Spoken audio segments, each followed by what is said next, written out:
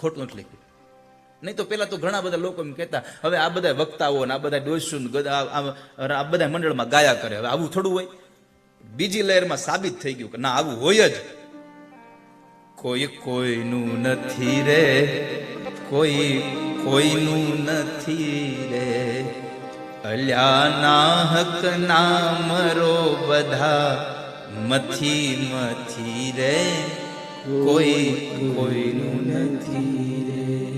આ મારો દીકરો ને આ મારો બાપ છે, આ મારી ઘરવાળીને આ મારી માત છે, એલ્યા મુવાની સંગાથે કોઈ મરતું નથી રે, કોઈ કોઈનું નથી રે. બધા કહેતા હોય અમને અમારા ઘરવાળા બહુ વાલા, મારો દીકરો બહુ વાલો.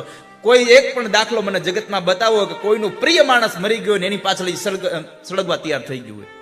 પેલા તો રિવાજ હતો, નો બેહતા પરાણે પકડીને બેહાર દેતા. આ સતી થવાનો રિવાજ, પરાણે ધરાર સતી થવાનો.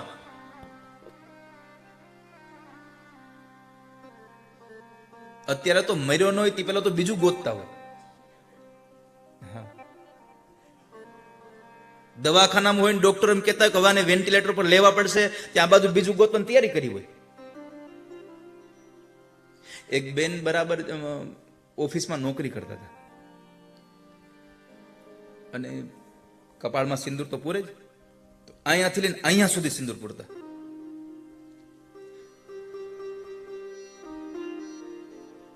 તેમાં ધીમે ધીમે એક વખતના સમય એના ઘરવાળા બીમાર પડ્યા ને એને દવાખાને લઈ ગયા. બેન બિચારા રોજના ટિફિન દઈ આવે, વળી પાછા નોકરી આવે અને બધા લોકો પ્રશ્ન કર્યા કરે, બેન કેમ છે મારા ભાઈને? સારું છે, સારું છે.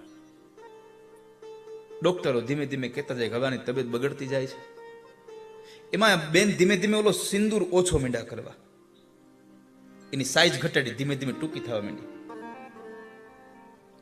એટલે કોઈએ પ્રશ્ન કર્યો કે બેન આ તમે રોજ લાંબો સિંદૂર પૂરી નાખો ને આ ટૂંકો કેમ કરાવો? તો કે તમારા ભાઈની તબિયત હાવ ધીમે ધીમે બગડતી જાય છે. તમારા ભાઈની તબિયત ધીમે ધીમે બગડતી જાય છે. એટલે 15-20 દિવસ થયા અને બેને પાછું આવડો મોટો આમ સિંદૂર પૂર્યો. એટલે ઓફિસમાં આવ્યા એટલે ઓફિસના એના સહકર્મચારી પૂછ્યું કે બહુ સારું થયું બેન, મારા ભાઈની તબિયત સુધરી ગઈ લાગે, તમારો આ સેથો લાંબો થઈ ગયો. એ કે ના ના, એની હવે સુધરે એમ નથી, એટલે મેં બીજું કરી લીધું છે.